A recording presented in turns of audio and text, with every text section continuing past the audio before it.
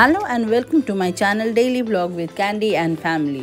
আশা করছি আপনারা সবাই ভালো আছেন। আমি আজ বারবিকিউ চিকেন উইংস বানাবো। সেটার জন্য যা যা লাগছে, এখানে চিকেন উইংস লাগছে, আদা বাটা রসুন বাটা লাগছে, আর এই দিকে লাগছে আমরা 3 চামচ কর্নফ্লাওয়ার আর 1 চামচ ময়দা নিয়ে নিয়েছি এটাতে। আর যেটা দেখছেন ওখানে সেটা হচ্ছে বরফ জল লাগছে। আর আমি আগে বলে দিই, চিকেনটা কিন্তু আমাদের ধুয়ে জল ঝরিয়ে তারপর আমি টিস্যু পেপার দিয়ে পুরো ড্রাই করে নিয়েছি, যাতে কোনো জল না থাকে আর আমার করতে সুবিধা হয় আর টেস্টটাও ভালো থাকে তাতে। চলুন তাহলে আমরা ম্যারিনেশনের প্রসেসটা স্টার্ট করি। প্রথমে এখানে সয়া সস দিয়ে দিয়েছি 3 টিস্পুন মতন। 1.5 টিস্পুন আমি সল্ট অ্যাড করছি এটাতে। তারপর আমি যেটা অ্যাড করব সেটা হচ্ছে গিয়ে গোলমরিচ আমি অ্যাড করব। আমি গোলমরিচটাও 1.5 টিস্পুন দেব। মোটামুটি সবকটাই রেশিও খুব কাছাকাছি সেম বলতে পারেন। এবার আমরা যেটা এখানে দেব সেটা হচ্ছে রেড চিলি ফ্লেক্স, যেটা আমরা চিলি ফ্লেক্স বলে থাকি, সেটাই দেব। ওটাও 1.5 টিস্পুন মতন দিয়ে দেবো এটাতে। এবার আমরা অ্যাড করব হচ্ছে এই কর্নফ্লাওয়ারটার মধ্যেই আমরা একটু অ্যাড করব। তো সেটার মধ্যে হচ্ছে আমরা এখানে 1.5 টিস্পুন মতন চিলি ফ্লেক্স দিয়ে দেব। তারপরে আমরা সল্ট দেব হচ্ছে 1 টিস্পুন মতন সল্ট দেবো আর 1 টিস্পুন মতন পেপরিকা দেব।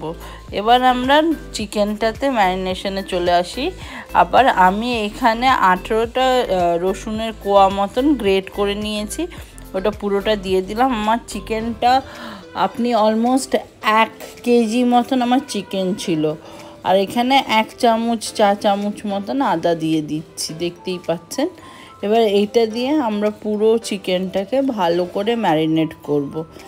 তো আমাদের এই যেটা আমাদের কর্নফ্লাওয়ারটা, এটা একটু সিজনিং করে নিলাম, তাতে কোটিংটা টেস্টি লাগবে। তার জন্য আমরা এত কিছু এখানে দিয়ে এটাকে ভালো করে মিক্স করে একটা সাইডে রেখে দিচ্ছি।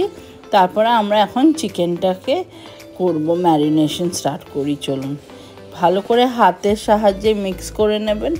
মিক্স করে এটাকে আপনারা হাফ অ্যান আওয়ার মতন রেস্ট টাইম দেবেন, ঢাকা দিয়ে রেস্টে দিয়ে দেবেন। হাফ অ্যান আওয়ার দিলে কি হবে, যা যা আপনারা এই মশলা দেওয়া হয়েছে সব কিছুই চিকেনটার মধ্যে ঢুকবে, খেতে ভালো লাগবে। দেখুন এইভাবে হাতের সাহায্যে আমি করে নিয়েছি, একদম রেডি। এখন এটাকে ঢাকা দিয়ে রেখে দেবেন। এখন আমরা যেটা করব, চলুন তেলটা গরম করতে বসিয়ে দিই। এরকম একটা ফ্রাইং প্যান নিয়ে নেবেন। এটা একটু মোটামুটি তেল লাগবে, খুব যে বেশি তেল লাগবে সেটাও না, কিন্তু অল্প তেল লাগবে। তো আপনারা আন্দাজ মতন তেল দিয়ে নেবেন, যাতে পুরোটা ভালো করে ভাজা হয়, ঠিক আছে। আর তারপরে আমরা ওই ভাজা করে নেওয়ার পরে সেই তেলটা আমরা একটু তুলে রেখে দেবো। ওখানে অতখানি তেল তো আমাদের আর লাগবে না, তাই আমরা তেলটা বেশি করে দিয়ে ভেজে নেব। ভেজে নিয়ে তারপর তেলটাকে তুলে রাখবো আলাদা করে। দেখুন আমার তেলটা পুরো দেওয়া হয়ে গেছে। এখন এটা গরম হতে দিয়ে দিই। চলুন এবার দেখি আধা ঘন্টা হয়ে গেল চিকেনের কি খবর। চিকেনটা ভালোই রেস্ট পেয়েছে, দেখুন এই সুন্দর হয়ে গেছে। এবার চলুন আমরা একটা একটা করে চিকেন নিয়ে কর্নফ্লাওয়ারে ডিপ করে ওটা একটা ভালো কোটিং দিই ওকে। তো দিয়ে আমরা আবার এইভাবেই করে এক্সেসটাকে ডাস্ট করে নেব। এবার যেটা করব, এই ঠান্ডা জলের মধ্যে ডিপ করে নেব, নিয়ে তুলে সাথে সাথে আরেকবার কোটিং করব কর্নফ্লাওয়ারে। তাতে যেটা হবে, আউটার ক্রাস্টটা খুব ক্রিস্পি হবে। তো এইভাবেই আমরা প্রত্যেকটা চিকেন উইংসকে রিপিট করে এইভাবে ডাস্ট করে নেব। যা থাকবে একটু এইভাবে ঝাঁকিয়ে নিলে যে এক্সেসটা সেটা ফল অফ করে যাবে, ঠিক আছে। তো তারপরে আপনারা এরকম একে একে সবকটাকেই করে নেবেন। আমি দেখিয়ে দিচ্ছি কয়েকটা করে। তো সেম প্রসেসটাই রিপিট করবেন, করে ভালো করে আগে কর্নফ্লাওয়ার লাগিয়ে নেবেন, তারপরে ঠান্ডা জলে ডিপ করবেন, নিয়ে এইভাবে ডিপ করে নেবেন, নিয়ে আবার কর্নফ্লাওয়ার দেবেন। তো দিয়ে এভাবে আপনারা একটা প্লেটের মধ্যে রেখে নেবেন সবকটা করে নিয়ে। তারপরে ফ্রাই করলে কি হবে, ইজি হবে। না তো অল্প নিয়ে আবার ফ্রাই করে আবার করাটা এটা একটু মেসি হয়ে যেতে পারে। তো তাই আমি বললাম যে এইভাবে আমি করেছি, আপনারাও এইভাবে করে দেখতে পারেন। দেখুন কোনো কোটিং যাচ্ছে না, ওটার মধ্যেই স্টিক করে থাকতে, সেকেন্ড টাইম দিলে বেটার ক্রিস্প হবে।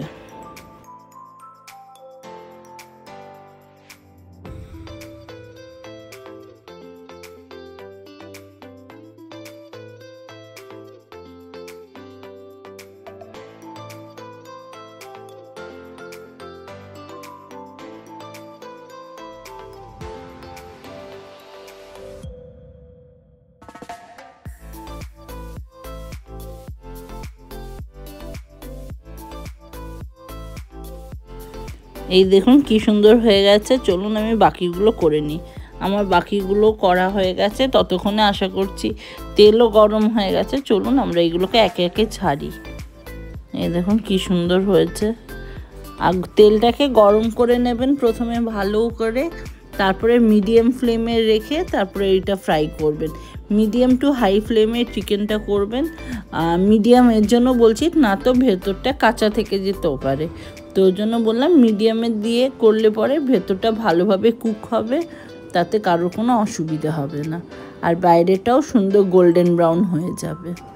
আর হাই ফ্লেমে, পুরোটা হাই ফ্লেমে করলে কি হবে, বাইরেটা হয়তো তাড়াতাড়ি হয়ে যাবে আর তাতে পুড়েও যেতে পারে বাইরেটা, আর ভেতরটা আন্ডার কুক থেকে যাবে। তাই বললাম মিডিয়াম ফ্লেমে করবেন।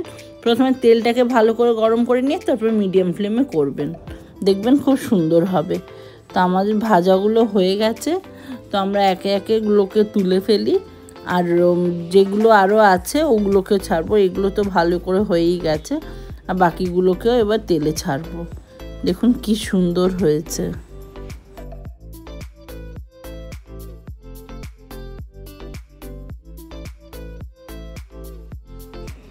চলুন এবার সেকেন্ড লট ছাড়া যাক। এবার সেকেন্ড লট ছেড়ে দিলাম। সেম প্রসেসেই করবেন পুরোটা, তো একটু টাইম নিয়ে করবেন, ভালো হবে খেতে।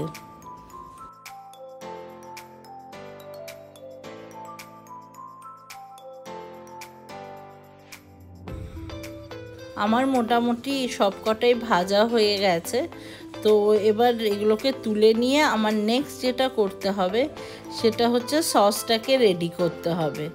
তো তার জন্য আপনাদের একটু ধৈর্য ধরে দেখতে হবে, স্কিপ না করে। তো চলুন এবার লাস্ট পিসটা তুলে নিই। তেলটাও কমিয়ে নিয়েছি। এবার এখানে যেটা দিচ্ছি, অল্প সয়া সস দিচ্ছি, অল্প টমেটো কেচাপ দিচ্ছি। এবার এই দুটোকে ভালো করে মিক্স করে নিতে হবে।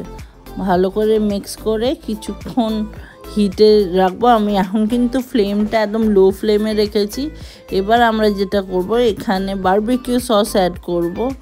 তো বারবিকিউ সসটা মোটামুটি দিয়ে নিচ্ছি, আর প্রত্যেকটা যাই দিচ্ছি না কেন আমি আমার চিকেনের পোর্শনে দিচ্ছি, আপনারা আপনাদের চিকেনের পোর্শন মতন করে নেবেন।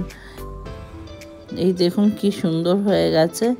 এখন এটা লো ফ্লেমে আমি করছি, না তো এগুলো পুড়ে যাবে।